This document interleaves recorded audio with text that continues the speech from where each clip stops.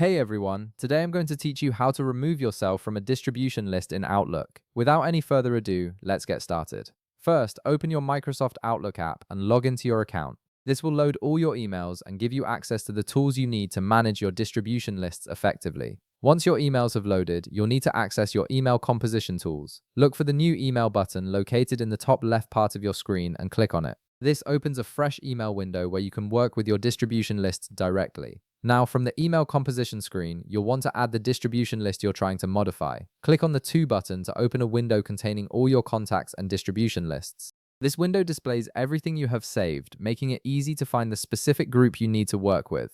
Next, locate the distribution list you want to remove yourself from and double-click on it. This adds the entire group to your To field. Once the distribution list appears in the To field, right-click directly on it. A small context menu will pop up with several options. From this context menu, click on Expand Contact Group. This is a crucial step because it breaks down the distribution list and shows you all the individual recipients separately. Instead of seeing just the group name, you'll now see every single email address that's part of that list displayed individually in the To field. Now that all the recipients are visible, look through the list to find your own email address. Once you spot it, simply delete it from the To field just like you would remove any other recipient. This action effectively removes you from that distribution list for this particular email thread. And that's it. You've successfully removed yourself from the distribution list by expanding the group and deleting your email address from the recipient list. If this video helped you out, be sure to leave a like, subscribe, and I'll see you in the next one.